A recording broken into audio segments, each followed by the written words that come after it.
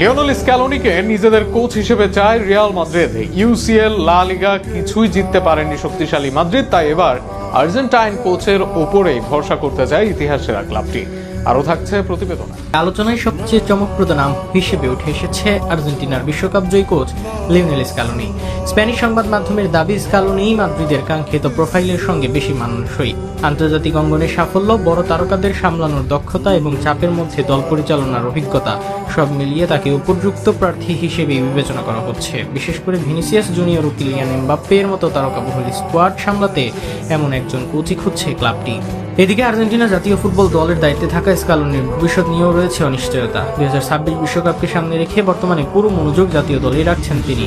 ভবিষ্যৎ নিয়ে এখনই কোনো সিদ্ধান্তে পৌঁছাতে চান না তিনি। তার এই মন্তব্য থেকে স্পষ্ট, বিশ্বকাপের পর নতুন চ্যালেঞ্জ গ্রহণের সম্ভাবনা উড়িয়ে দিচ্ছেন না। সবকিছু মিলিয়ে মৌসুম শেষে কোচ পরিবর্তন হলে স্ক্যালোনি হতে পারে রিয়াল মাদ্রিদের অন্যতম প্রধান পছন্দ। এখন দেখার বিষয়, শেষ পর্যন্ত মাদ্রিদের ডাগআউটে আর্জেন্টাইন এই সফল কোচকে দেখা যায় কিনা।